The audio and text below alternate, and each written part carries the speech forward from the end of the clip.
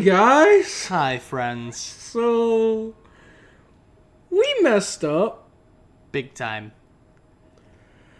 So, the video you're about to watch, Or maybe not. or maybe not, we're not sure if we're actually going to put this out or not, depending on how bad it sounds, but this is going to be raw camera audio. Yeah, so you see these beautiful, beautiful blue Yeti microphones that we have here. $200-$300 mics? Yeah, somewhere in those range. Give or take? They were on, and the track recorded, but apparently it didn't record anything. Yeah. So, that being said, I hope you guys enjoy your raw audio footage for Monday Night Raw. Or don't, you know. Yeah, please don't hate us. We're really sorry. Just kind of a technical issue with the computer. Look, we're both exhausted. It's just the honest to God truth. This is a lot of work. And with, both of our schedules, and we get very limited time to record, and even more limited sleep. yeah, so we just don't have the time to re-record a whole nother podcast. And rather than push the show back 2 or 3 days, which is what it would have to be, Because we are recording on Wednesday night, and we have very limited time that night, too. yes. So yeah, we're just gonna make a decision, and if you end up seeing this, then you'll know.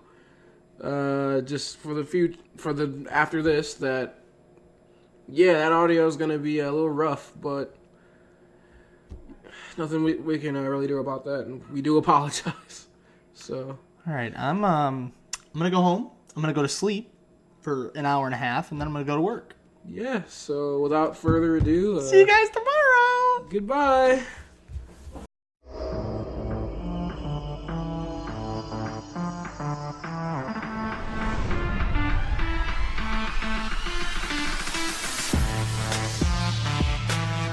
Hello, ladies and gentlemen. My name is Nick Cavalli, My name is Marques and Nick. and we welcome you to the Wrevolution. So you'll notice that the lighting looks really beautiful today, and that's because it's light outside. Or you don't notice, and we're just making an ass out of ourselves. Either one. No, you can tell. I was sitting over there looking. You can tell. It is light outside, which is a beautiful thing. But we were recording this on a Tuesday, as I worked all night last night. Well, basically all night last night. So we are talking about the Monday Night Raw from January 20th. Live from Wichita, Kansas. Oof. So we kick things off with the Monday Night Messiah and his disciples. And his brand new T-shirt. Oh, that looked The amazing. stained glass Seth Rollins is so beautiful. So good. So, first thing you notice is that Murphy coming out looking like a tiny member of the AOP, dressed in the all-black suit. Hey man, he's Paul Ellering. Yeah. Paul Ellering just got a little younger. That's all it is.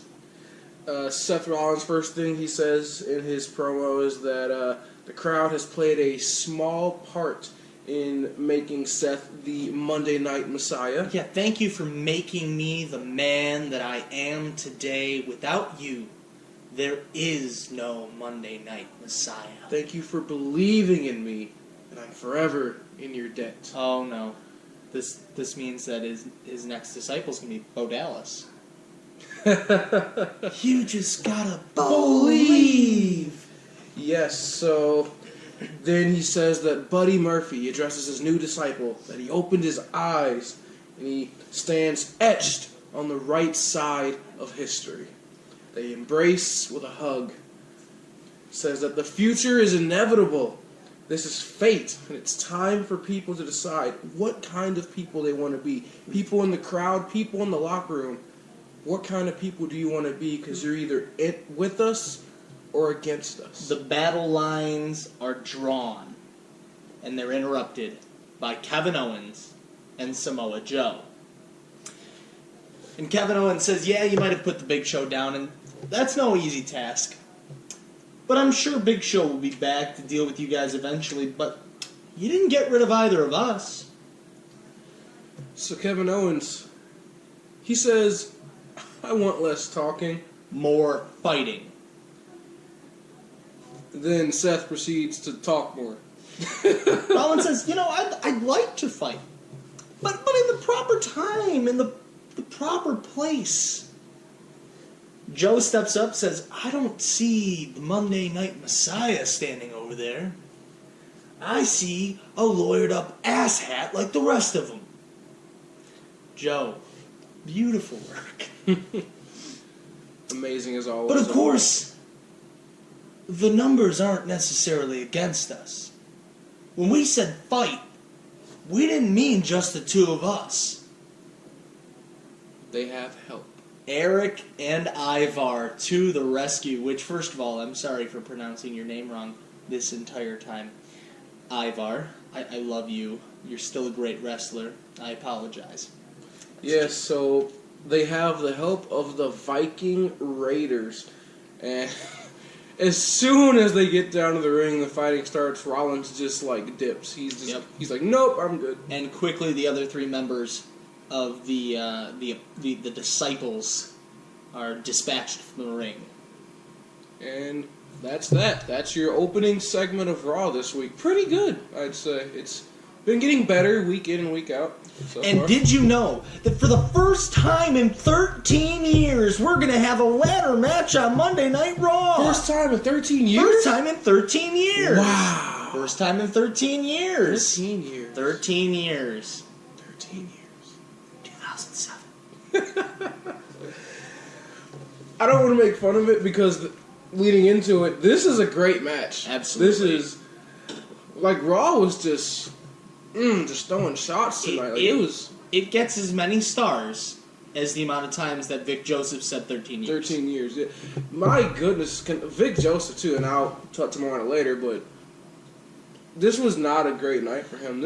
I really thought it was Michael Cole behind the mic tonight. I mean, there were moments where you're like, yeah, that's Vic. But then there were the rest of the moments where you're like, wow, I didn't know Michael Cole was back on Raw. Yeah. It was pretty bad. So we get, as we touched on earlier, we get the Rey Mysterio versus Andrade ladder match for the U.S. title. Mysterio enters. We go to commercial, and we come back to a backstage segment with Rollins. Yeah, and that's kind of... So it's Charlie Caruso. She's standing backstage with Seth Rollins, and Seth says that him and Murphy are going to challenge for the tag. No, not the AOP. No, not the AOP. Not the tag team specialist. No. He and Murphy, my new disciple. This is... This is the one booking decision I didn't agree with. You were going up. You were like, okay, yes, this is it. AOP versus Vic Raiders. And then you just swerve. Just, how do you... I mean, look, I get the perspective that you want to put a title on Murphy the week after he joins Rollins. God, this is the new Inner Circle. It proves his worth. It proves that he is capable of, pulling his weight, whatever, and it proves that what Rollins did worked, right? But at the same time, you have a perfectly good tag team over there. You could have had Buddy Murphy walk into the ladder match, interfere while both men are down, grab the title and run away. Pull a full-on Dean Ambrose. This really is the WWE version of Inner Circle. I mean, you've got the crafty veteran in Seth Rollins as your Chris Jericho. You've got the tag team 20-year to 15 to 20 year younger crafty veteran. Well, Seth's still been in the business for a long time. I mean, he's no spring chicken, but he's not. I'm not. Jericho. I'm not saying he's as old, but it's WWE. So nor is he as good. He's got on the mic. He's got the vet. Yeah, I'll give you that on the mic. Yeah. So you've got the veteran Seth Rollins versus Jericho. You've got the tag team specialist of AOP versus they're not Proud and Powerful anymore. It's Santana and just Ortiz. Santana and Ortiz, and then you've got the young gun in Buddy Murphy versus versus Sammy Guevara. So this is quickly becoming just the. Again, we just need to know who is going to be the Jake Hager. Yeah, the difference is, Sammy Guevara is what, 22? Well, I don't think Buddy Murphy's that old. He's not that young. He's at like at least like 25. You know who would have been 26. perfect? Umberto Carrillo. That'd have been perfect because he's like a baby. And he's also led. Well, yeah. Actually, I didn't even think about that. Yeah. That is perfect. Or oh god, what's his name? TJP. I don't want TJP to be heel again. I didn't like that. No, I didn't like that either. But I mean, what is he doing now? Yeah, but I don't buy. He's got the what's her name syndrome where I just don't buy him as a face. Oh, Bailey. Yeah, he's got You the don't buy Bailey him as a syndrome. I heel? don't buy him as a heel. Excuse me, just. But But it'd be better than just doing nothing. that's also fair. Whatever's happening on 205 Live, I'm sorry. I don't care. 205 Live still exists? Maybe, I don't know. And Oh yeah, they got to use that to counter program against AEW Dark on YouTube. yeah. So, yeah, they do state that it's going to be Rollins and Buddy Murphy challenging for the tag team championships. So then we get into this match: Rey Mysterio versus Andrade. This match starts off great. Go I've ahead. got something first. Go ahead. Did you notice that on the back of Andrade's jacket, he has one of the default designs from WWE 2K? No, I didn't. He has the design that we use for Friday Night Brawl on the back of his jacket. Oh, the fist. Yes. Oh my. Yeah, that's right. Yeah, I know. I've seen that. He's always had it on his knee pads. I know, he's got it on his back too. It's just a Wow. default design in 2K. Oh, Andrade, you poor thing. Yeah. So, this match had a pretty creative opening. You know how most ladder matches start, both men sliding outside of the ring, trying to grab the ladder as fast as possible. Ray baits Andrade. Like, he goes out like think he's going to grab the ladder, so Andrade naturally slides out, grabs the ladder. Ray goes, slides back in the ring. As soon as Andrade grabs the ladder, drop kick through the ropes. He's got the advantage out the gate. At least so we thought. And then, of course, they're talking about the great ladder matches that Rey Mysterio has been in, including that one against Eddie Guerrero at SummerSlam, the Custody of Dominic ladder match. Oh, Did you really just reference that I will on Raw? touch on that later on in the match. Really? Too. I will touch on that later in the match too. But yeah, Oh, man. I told you.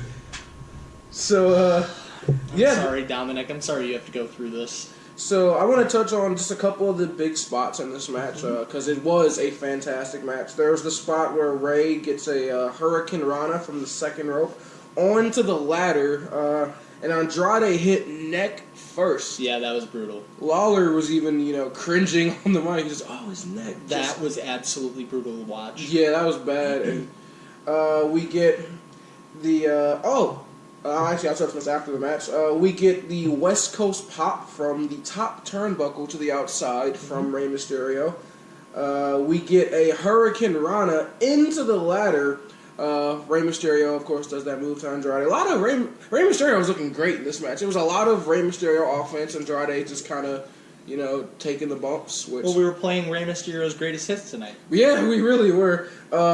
Also, after that Hurricane Rana spot, the ladder, it was set up in the corner, almost falls on top of Ray. That was a close one. Then we get a tribute to Eddie Guerrero from Andrade, who does the Three Amigos. And then he does the last one, the third amigo, on the ladder. Oh my god, that was a brutal spot. That was great. I could loved that. feel my back just absolutely shattering. Yeah, that was brutal. Then we see Andrade. He sets up a ladder on the rope and kind of connects it to the other ladder, and then kind of sets up a bridge. And then he power bombs from the second rope Rey Mysterio onto that ladder. Yikes! Ray just kind of bounced off of it. And of course, that was a reversal of another Hurricane Rana. Yeah, Ray was just in his form tonight, which, he never really lost it, but we hadn't seen much of this Ray in WWE since coming back. No. Mainly because they've just been throwing him in matches with big men like, I don't know, Brock Lesnar, so... Nostalgia. Yeah. I mean, I like it. I mean, do more of this, WWE, with Rey Mysterio, please. So then we go to commercial break, and then when they come back from break, there's another ladder set up on the other There's side. double ladder bridges. Yeah. In the corners now instead of the sides. Yeah, and we see both men start to climb the ladder, and Andrade picks Rey Mysterio up And then this spot, oh my god. This is the thing. This spot, initially, I'm looking at it and I'm like, wow, this is extremely dangerous. Andrade could just drop Ray and kill him. Yeah, because I can't even describe it. It looked like he was going for a razor's edge. He was holding him up on his shoulders, and Ray is facing towards the crowd. So it was. I don't even know. I don't know what he was going for there. But it was like a razor's edge hold, but at that point, it looked like he was just going to jump off backwards and let Ray just crash smack on the ladder, which ow. And then Ray hits him with a sunset flip powerbomb.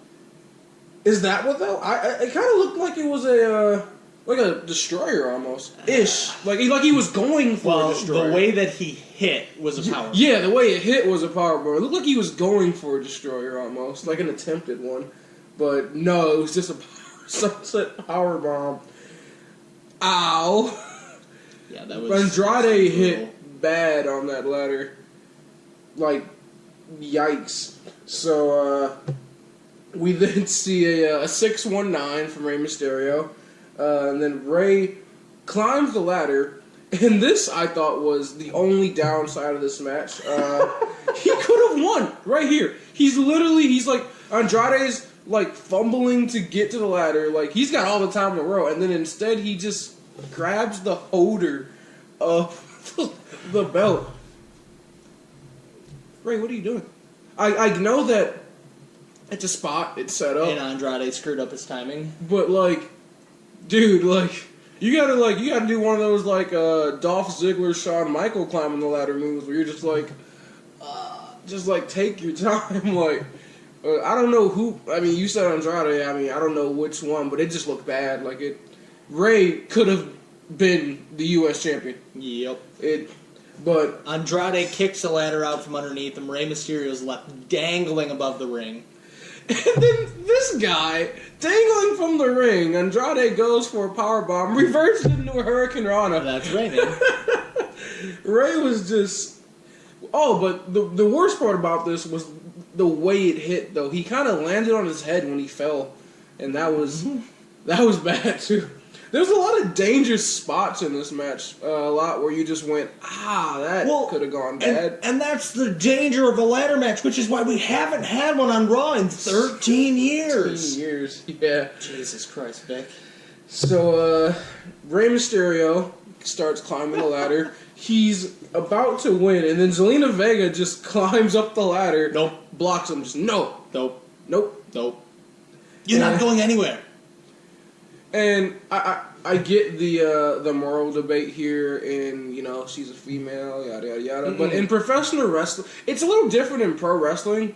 Just, no offense, toss her ass off the ladder and grab that belt, man. I don't know. Knock that girl off the ladder. I don't care. Yeah, especially because of what happens next. Andrade grabs him, and then DDT through the ladder, except he got the worst of that one. Did he, though? It looked like Ray's head hit a rung. That was just brutal. Well, yeah, but then Andrade took all the force just on that ladder. You even saw, he's just kind of just laid out. Why did I agree to this? Selena's looking dude, get up. You're supposed to win. And he has to, immediately, because he has to win the match, peel himself off the ladder. Oh, yeah, and Ray in this scenario, he's just out. He's just out. He's out cold.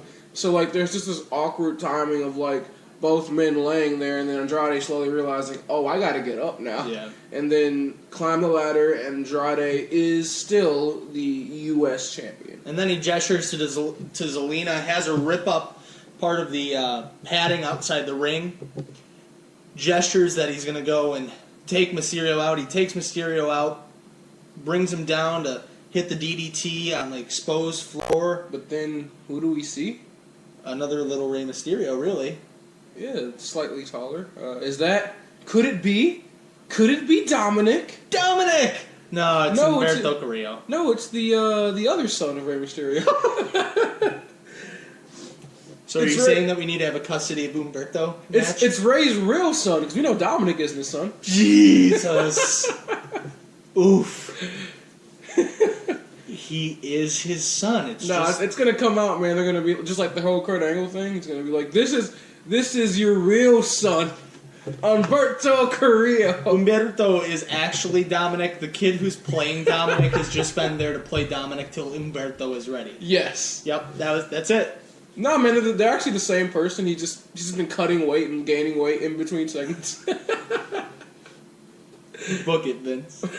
No, please don't. Book it. Yeah, so Umberto Carrillo saves Rey Mysterio. If that means we get an Umberto and Andrade match, I'm down. I'm game. I am all for it.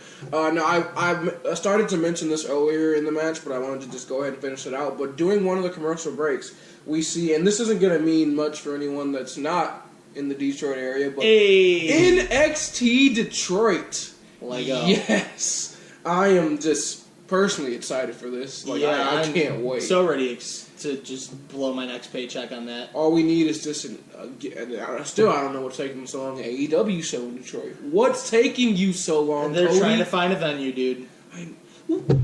We have so many. The problem is a lot of places that the WWE goes to WWE is blackballed AEW from going there. That is fair. Maybe if they didn't tear down the Palace. Just saying. Just saying. Well, and I mean, I've talked about this with people at length, but there are multiple arenas in the Metro Detroit area that could seat the amount of people that you're looking for. Yeah, I went to school repping it today at Detroit Mercy. Callahan Hall seats 8,000 to 12,000 people. I mean, that's more than enough for an AEW show. Yeah. I mean, I'd love to see him at LCA. Yeah, I don't know. The really crappy 1940s wooden chairs at Callahan are hold up. Since WWE refuses to use it, go to Ford Field. And try to sell at a 60,000 seat stadium? 80,000 seat? You could. You're A freaking W. I know there's been reports of, sometimes the show. Well, I'm sorry, but this is Detroit. Like, this is one of the hottest wrestling towns in the country. You book an AEW show and you say, we're going to Ford Field. Yeah, I mean... If it's a huge... especially if you do a pay-per-view... I'd like to point this out. AEW's first stadium show is going to be in Jacksonville. Well, yes. That's just... I mean, the cons own... I'm not saying it has to be the first. I'm just saying at some point, if you want to give a middle finger to Vince McMahon, WWE, they don't use Ford Field, fine, whatever. Go. I mean, you could do the thing that they did for like the Final Four and Frozen Four and all, or not the Final Four, the Frozen Four when that was there, and literally just take half of it. Yeah. And I guess I don't know, man. I mean, WWE doesn't care about selling out 60,000 arena. They just have the shows, and if it sells out, it sells out. They don't care. So yeah. It's. I mean, come on. I just want to see it. Yeah, I mean, I do too, as a guy who's an AEW fan, but I think... Hell, they went to Madison Square Garden! No, they didn't. AEW? No, they didn't. They got blackballed. AEW had a show at Madison in Newark. They got blackballed. But they were trying to go to Madison Square Garden. Yeah, they were supposed to go to the Garden. So the Garden's only 25,000. Okay, you can just do 40,000 at Ford Field. You don't have to sell out 60,000. Yeah. But then you rent, I don't know, man. I'm not saying they can't do it. I'm just trying to crush my dreams. As an AEW supporter, I'm not saying they can't do it, but I'm just bring something here, dude. Like, I don't care.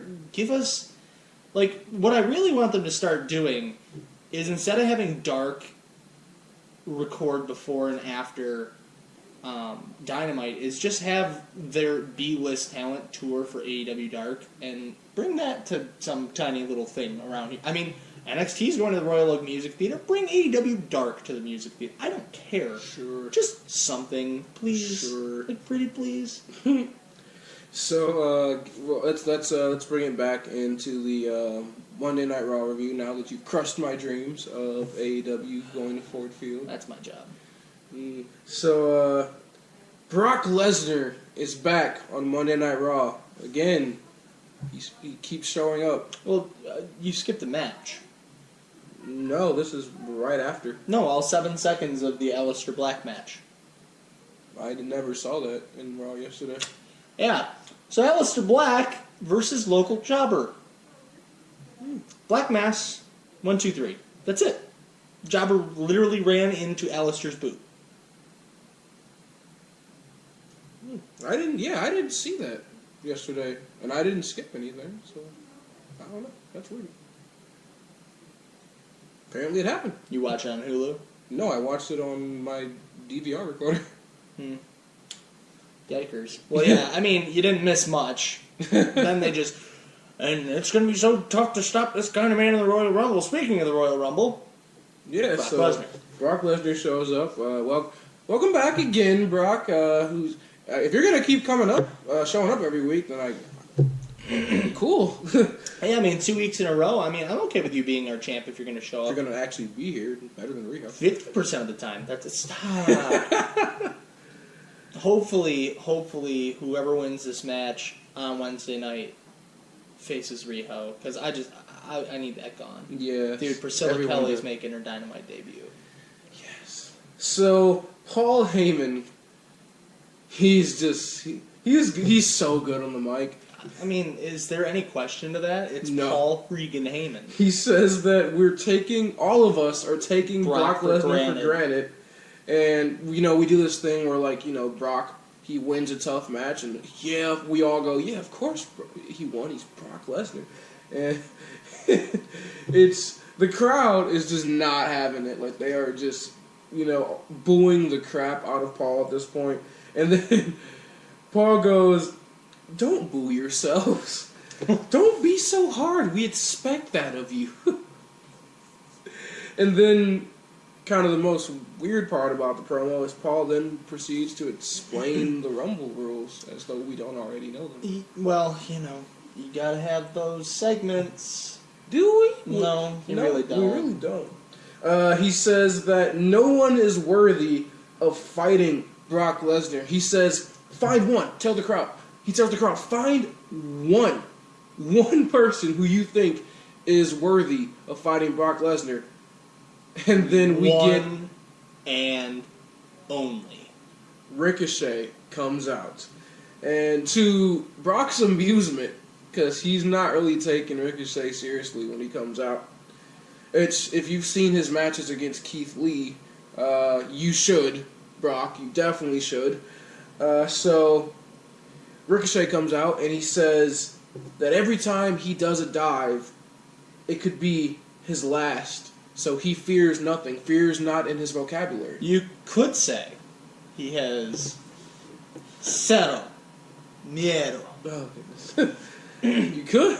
So, Paul says, this was great, he says that he must have got his education in Wichita and that he should take his ass away before getting hurt. And he said it just like that, in a very sassy manner. Yeah.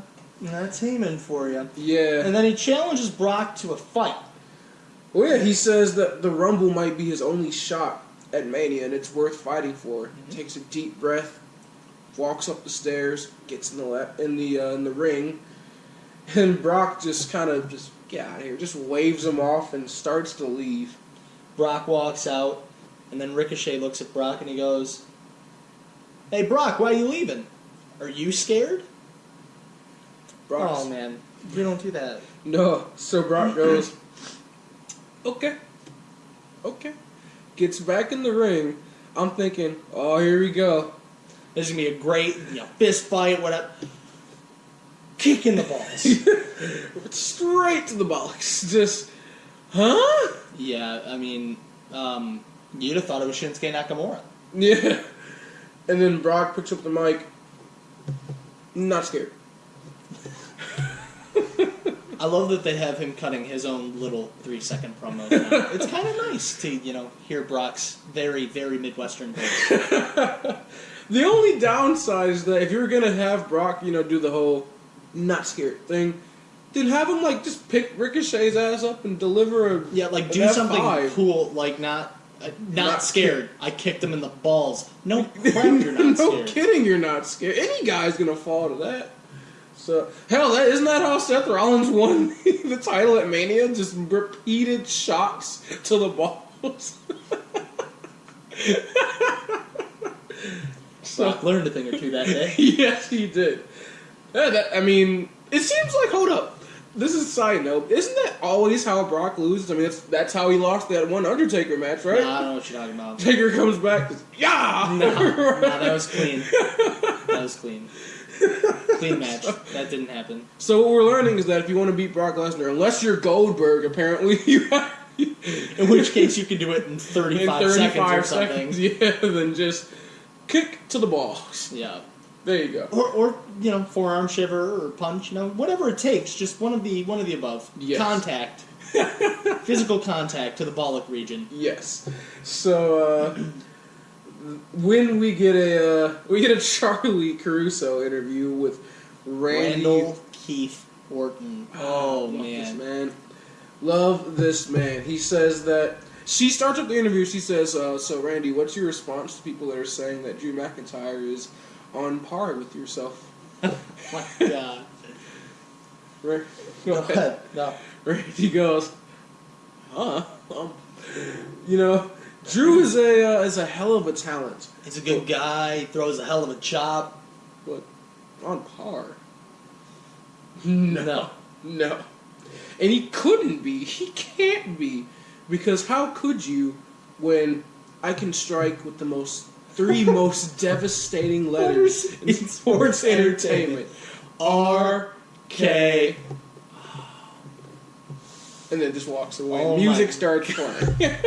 I love you, Randy. This is the Randy Orton that I want to consistently see. Like, between this and, like, The Legend Killer.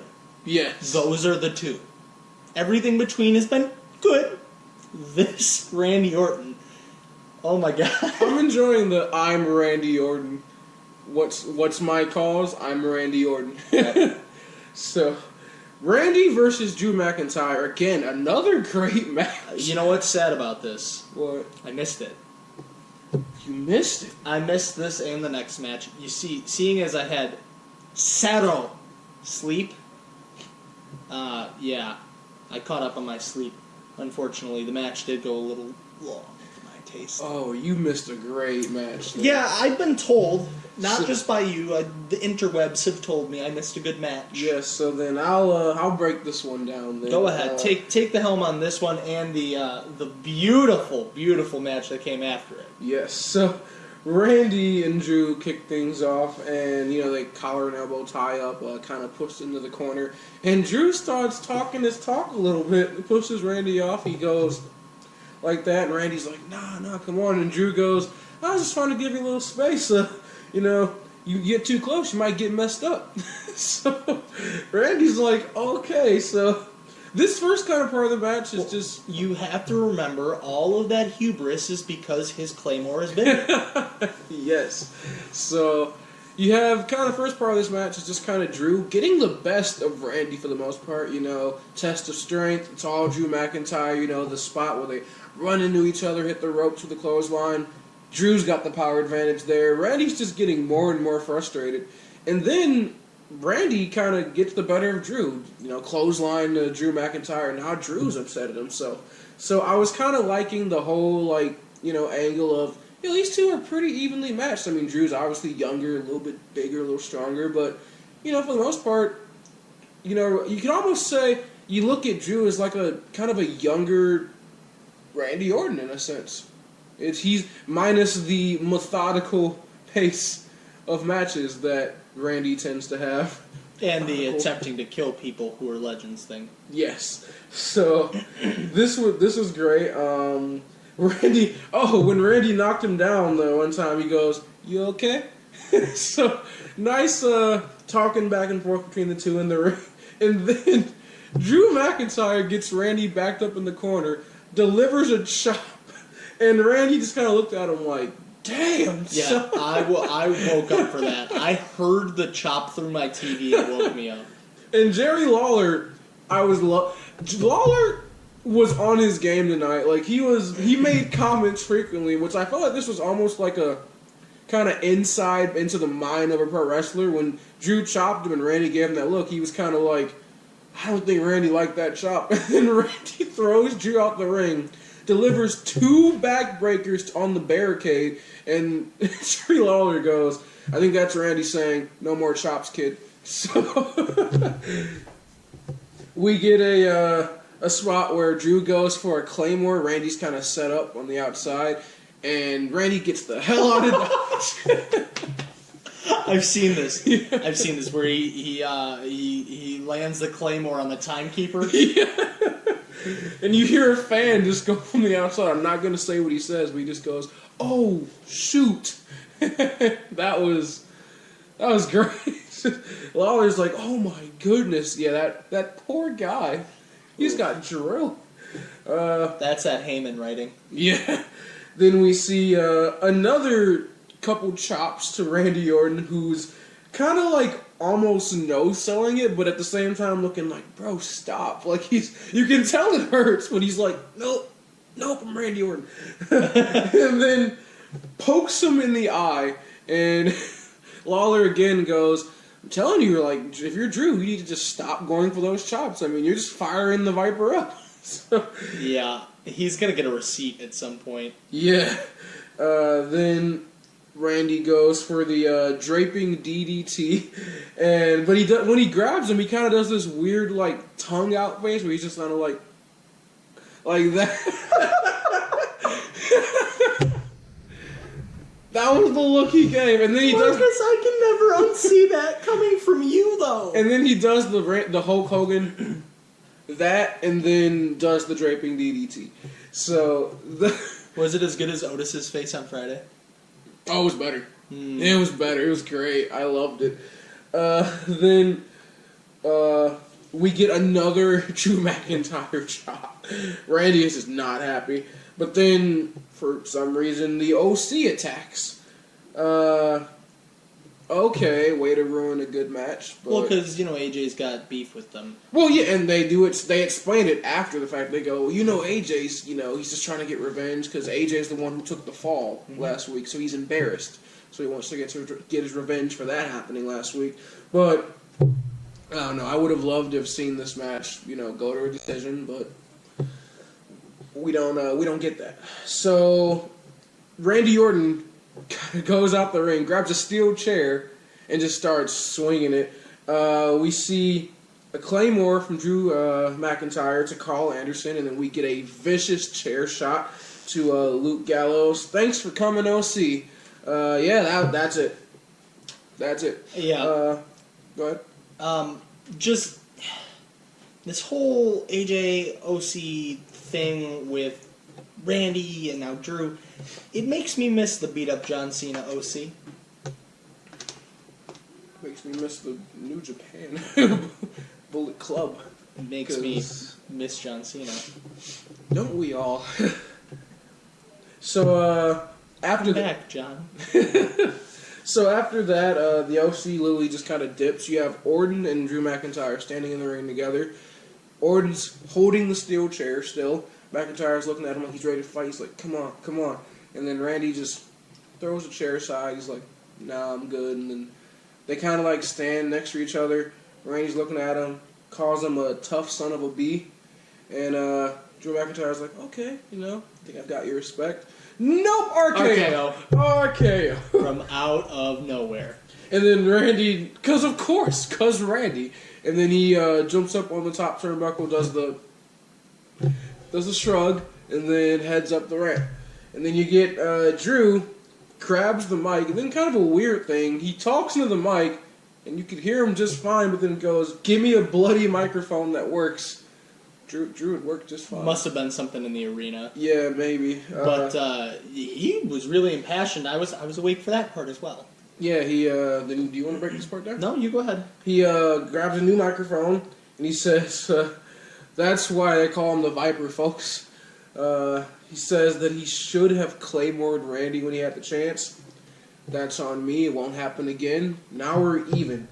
And he says that I really hope at one point in the Rumble it's me and you, because I'm going to kick your damn head off your shoulders.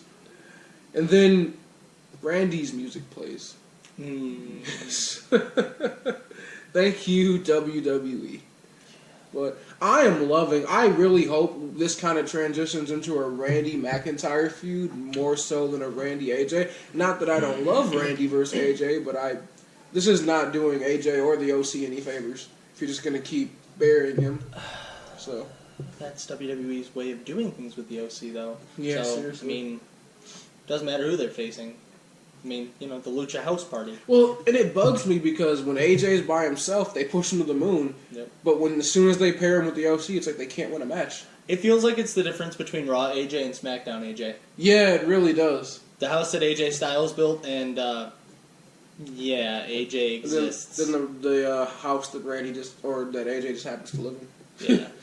So please put him back on SmackDown where he belongs. Yes, Thanks. So then we get a Charlie Caruso interview with Charlotte. Says she's prepared to face anyone.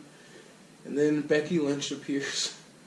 And then she just looks and she's like, what? Like, yeah, even you. Yeah, talking about you. Yeah, and then Becky just walks away. And then Charlotte says that nobody is prepared to face the Queen. Woo! Standard Charlotte promo. Prepared to face the Queen. Yeah. Beautiful. Standard Charlotte That's great. Yeah. She beat Asuka. Yeah, and speaking of Asuka, Becky Lynch versus Kairi Sane. And my, was this actually good or what? Or what? I loved this. It was alright. It wasn't that the match was good, it was that the story that was kind of being told. Yeah. And the way Asuka and Kairi kind of looked. This was the first time where I half-heartedly bought Kairi as a heel. Yeah, I still don't get it. Well, I didn't fully buy in, but this was the first time where I kind of went, oh, maybe see it.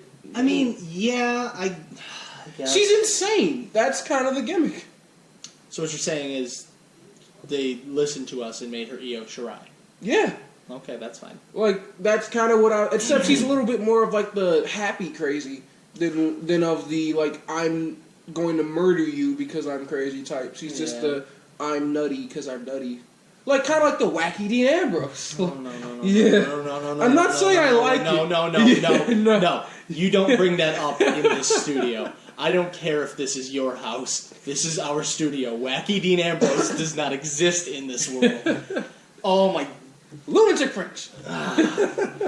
We got a flying lunatic Michael. So Becky gets in the ring, and then a highlight package starts of last week. But then you hear in the background Becky start her promo and then just immediately stop. Which was... It was just great. Becky back in con... Nope. Cuts off. And then highlight package ends. Becky restarts. Becky back in Kansas. Someone missed a cue there, Becky. But she says that, ironically, that getting hit with the mist helped her see clearly. Oh boy. And that Asuka's afraid. She can tell Asuka's afraid. I mean, the constant attacks, the missed attacks, the fact that she's not fighting Asuka tonight, she's fighting Kairi Sane, her tag team partner. That just means you're afraid, Asuka. And she says that it's okay because come Rumble, she knows Asuka can't beat her anymore. So Asuka is on the outside of the ring when this match begins, and soon as Becky gets outside of the ring and the ref's distracted, umbrella shot to the back of the knee. And it was loud, too. Yeah. It was, but maybe that's what the umbrella's for. It's a weapon. It's a weapon now. And then, kind of the oddest part of this is that when Becky gets back in the ring, which I was loving it, but I didn't think it was going to last as long, Asuka gets on top of the ring post. And just perches herself. And just perches, and the ref is like, get down. She says something in Japanese. She's like, rah! And then, yeah, he just allows it. Well, I mean, she wasn't in the ring. No, that's not how that works. She's not in the ring. No. That's legal. She's sitting on top of the turnbuckle. She was sitting on top of the ring post. At one point, then she kind of skipped. She was on top of the turnbuckle. And the ref did get back after her after that. But she still allowed it. Yeah, so she sits there majority. The only reason she gets down is, I'll get to it later. But yeah, the ref allows it, and even Lawler's like, what's happening? Like, get her down. So she just kind of sits there the whole time, just perched on the turnbuckle. And then the weirdest part about this is that Becky goes towards Asuka, and the ref tells her to back up. It's what? So I guess Asuka can just do what she wants now, cause Asuka. So I mean, whatever. I guess the ref's like, Well, the ref made a career move there, business decision. I mean, look, it's like Aaron Rodgers. You win one thing, and then the refs are, in your back pocket the rest of your life. I guess. Except for on Sunday. How you like that, Packer fans? So it's just great because like even Lawler's just like, bro, do something. So like referencing the ref, like, ref, come on, like. So the only reason Asuka even gets out the ring is because Becky Lynch knocks her off herself. Just delivers a straight right, sends Asuka flying. A woman's right. Yikers. And then Becky ends up winning with the disarm her. Soon as that happens, Asuka attacks. Shining Wizard, Asuka lock. And then, oh god, what did she hit last? A kick. Just a vicious kick. Knocks Becky Lynch out.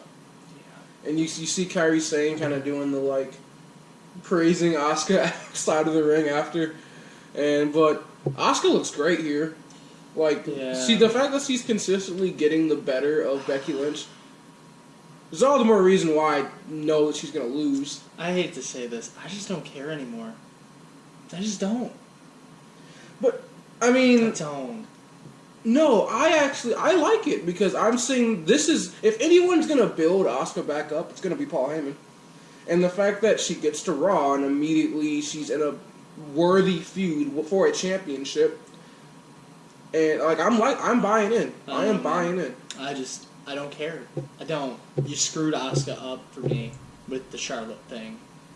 Yeah, yes... That really hurt her character. It hurt her persona, and then she just had a few bad years. I agree, but they can't just let her float and do nothing. So the fact that they're trying and they're building her back up, I think that's a great thing. I guess you can't just let her do nothing.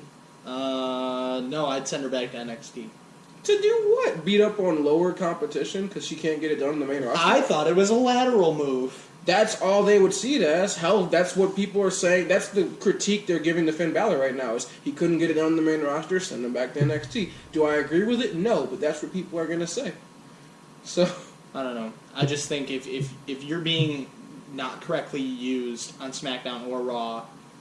But she is right now. That's what I'm saying. They're building her back up. Right, yeah. She is by using the Poison Mist and tag teaming with Kairi Sane. Yeah, like... And then she's going to lose at the Rumble to Becky Lynch. I hope not. That's the thing. The hope is that if they do her justice and they do her right, then she wins the match. It's not going to matter. She's going to lose. Well, we'll find out this Sunday, won't we? Oh, so excited for that. So, I could literally just watch the Rumble match, the men's Rumble match, and call it a night. Good thing you don't have that choice. So, yeah, so then we get a Rocky Johnson tribute, another one. They did it on all three shows, which very classy move again by WWE. And then Sarah Shriver. I got her name. Yes. No longer blonde interviewer number 2, but Sarah Shriver. Yes. Welcome. At least welcome to the Revolution. So, she asked Asuka, is that what kind of champion you want to be? You know, is this what you're going to do at cheap shots from behind? And then Asuka and Kairi angrily respond in Japanese. Again, at this point, they could be just cussing her out. I don't know what's happening. But then she does switch to English. She goes, Becky is not ready for Asuka. It's literally what happened. No, we're going back to not ready for Asuka now too. Yes. That's like trying to rebuild Goldberg. Did it not work? I mean, was he not for like the brief period he was back there to be the most over person every time he appeared? That's what I'm saying. It took him how long? He showed up and he was immediately the most over person on the show. Yes, he showed up, but he left the first time because he was not that over. Well, no, he left the first time because they killed his character. He was over, and then they killed him by having him lose to Triple H. That's fair. So, again, that's my point, is that if you, at least WWE can recognize their mistakes and go, yeah, we messed that up. Let's try that again. Let's build that up. And you gotta know that's a Triple H, Paul Heyman move. It's gotta be. Because Asuka was Triple H's baby. He loved that character. So, the fact that they're trying to get back to that. I am appreciative of that. I hope it worked. Please work. Please. Just, if you're going to do it, finish it. Take the title off Becky. I love Becky. But take the title off her if you want to solidify this push you're giving Asuka. You got to go full in. You can't just dip a toe in the Asuka pool and then go, no, I don't like that. Yeah, that's not going to happen. Yeah, I hope it does, though. Yeah. So... What I think is going to happen is that they're going to keep the title on Becky, and then probably Asuka and Kairi Sane are going to lose the tag titles, and then they're going to feud with each other. I'd like to see that too. I wouldn't hate it. That'd be a great match. Yeah. Kairi would lose. Yeah. Unless she goes full EO. Then, all right, now we're on to something. Yeah. All right, you have me back interested in this podcast now.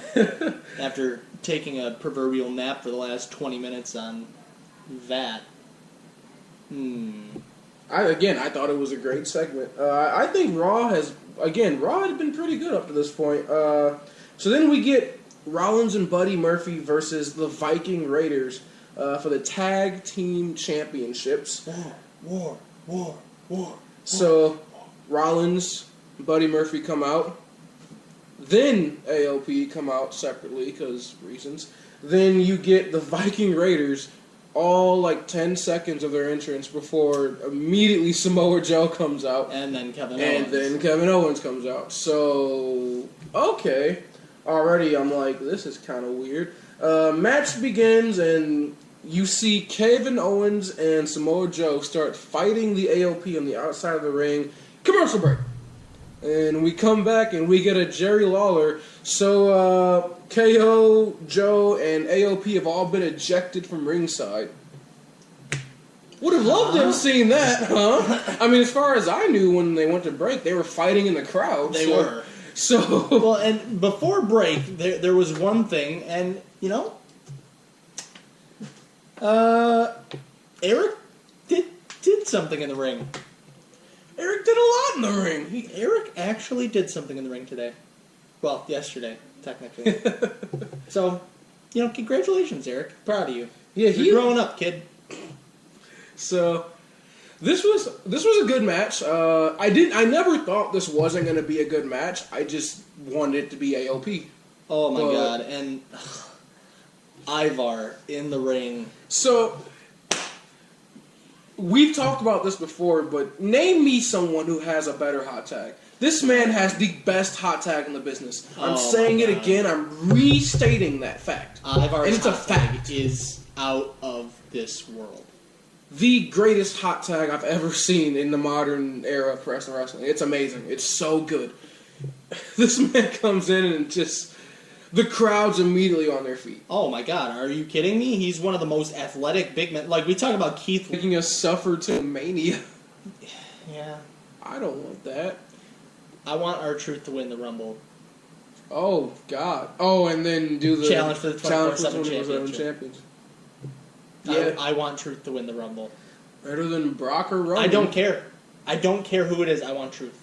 Better than Brock or Roman. I'm starting to think it might be Rollins. Although I'll talk about it now. I thought about something, and it kind of started with that, when Paul was talking at the beginning, when he's talking about no one is worthy of fighting Brock Lesnar. If Brock wins the Rumble, wouldn't it be something that WWE would do? And this would be quite an angle if Brock challenges for the Universal title at Mania, wins both. And then just holds both. No. Because stop. I'm not saying I want it, but wouldn't that be something that WWE would do? That is something that Brock, WWE would do. The WWE World Heavyweight Universal Champion of the world. I hate you for even suggesting that, because now they're going to do it. Brock goes through all 30 men all 29 other men at the Rumble, challenges for the Universal title at Mania, and wins. Nah, man. Nah, that's not what's going to happen. Taker's going to return, eliminate him, and then it's going to be Taker Brock. Well, no, the other thing I saw is that when he was... that other thought that popped in my head when he's talking about no other man is worthy to fight. Conor McGregor? No, well, that'd be amazing. No, when he said no other man is worthy of fighting Brock Lesnar, how poetic. I was waiting for Goldberg's music to hit. Well, and 2 years in a row, Goldberg eliminates Lesnar. that'd be perfect. That'd be amazing. You know, I'm okay with that. I'm okay. Just don't give yourself another concussion, Goldberg. Well, and then who was it he was supposed to fight in UFC that got suspended for a year and a half? John Jones? Yeah, Jonathan Jones. That's fine.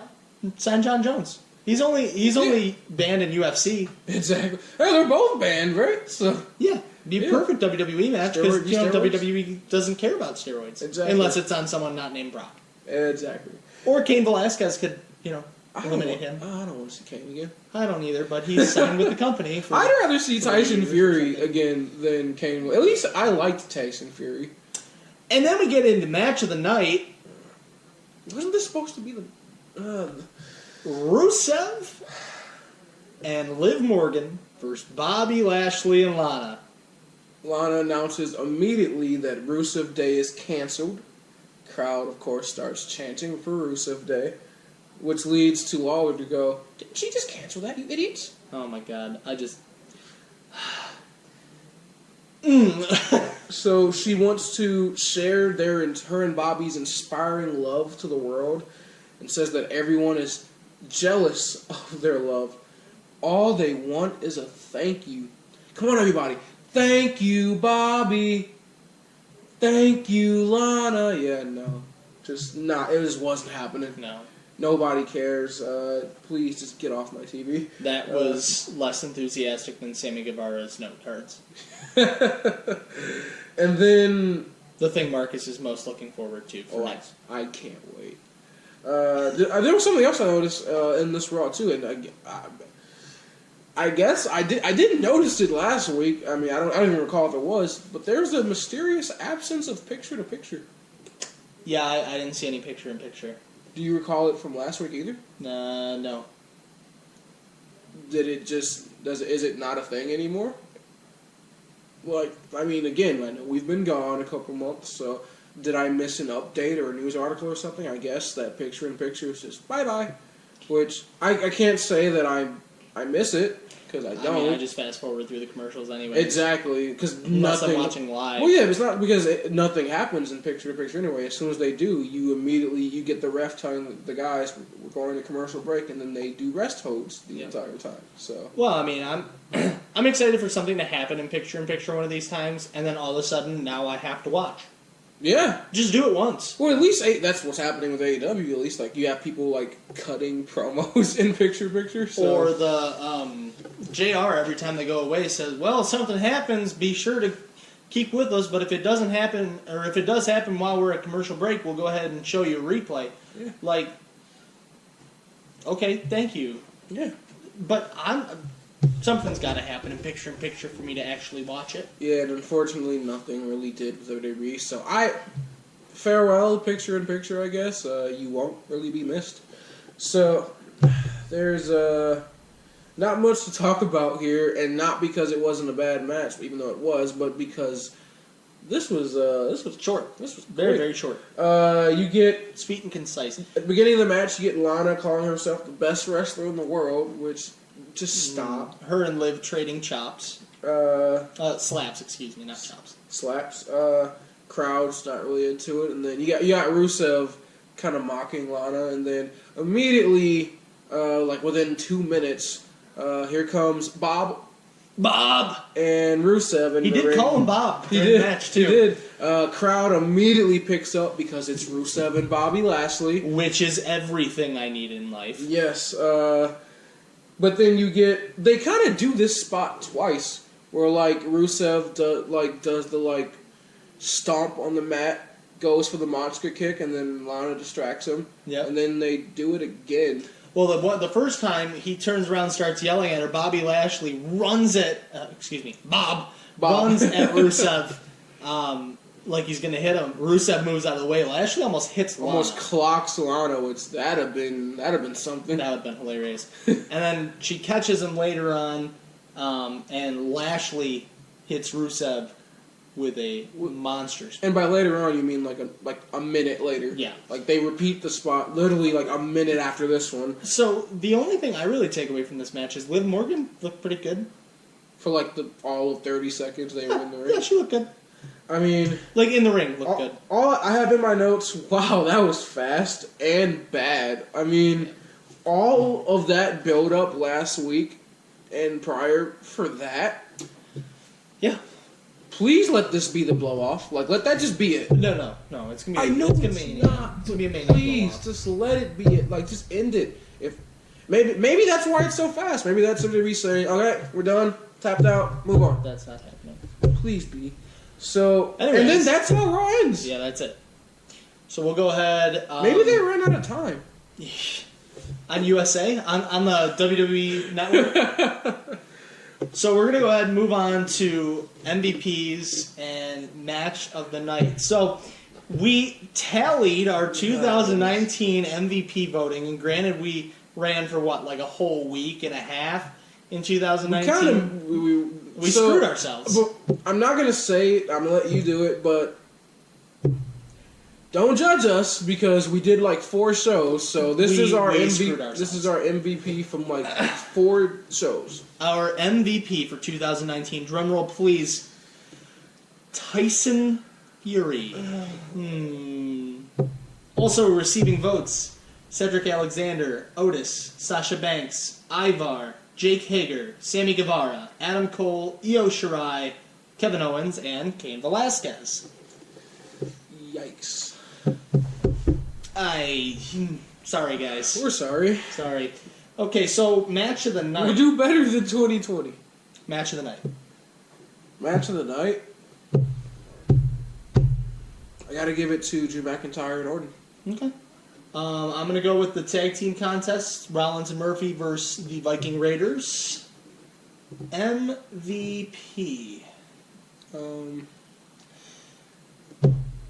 My MVP has to be Ivar. Like, my goodness, man. That hot tag was fantastic. And I was this close to giving it to Randy Orton just because he was cracking me up, and he looked. This was one of his better matches. Like I said, it was my match of the night. But nah, that hot tag, my goodness, Ivar, you beautiful man, you are my MVP for Monday Night Raw this week. So this was tough because it's not that it was like a ton of great performances. I kind of want to give it to R-Truth because I just loved R-Truth. And then I thought about, Rollins was on, an hour worth of the 3-hour show. But Wouldn't be a bad pick. I'm going to go the same way you did. I'm going to go with Ivar. Okay. Hey, we have a leader. Yes! And it's not Tyson Fury. Yay! Anyways, we're going to wrap things up here from Studio 6. No. Little inside joke. Little inside joke there. In Sterling Heights. My name's Nick Cavalli. My name's Marcus White. Make sure to always to follow us on our social media. Of course, we've got our own personal Twitters and Instagrams. Then we've got the Wrevolution Twitter, at Wrevolution Pod. Again, that's at Wrevolution Pod. All links are in the description down below. I would like to point out, I did not pick a fight mode fighter of the night tonight. The reason is, I'm only giving it to people who deserve it. Ivar? Nope, he didn't come out in fight mode. He was my MVP, he didn't come out in fight mode. Wow. Yep. You don't get it, Ivar. I love you. You're a great wrestler, great performer. You weren't in fight mode. Do better. Well, there you go. So, for myself and Marcus, we invite you to join the Revolution. We'll let it sit there. Have a good one, everybody. Farewell.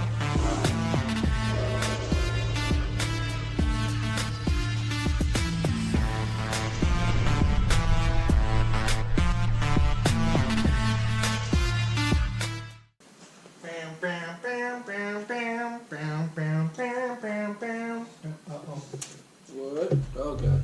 Don't tell me uh-oh. You make me think that it didn't record all of that. Nick?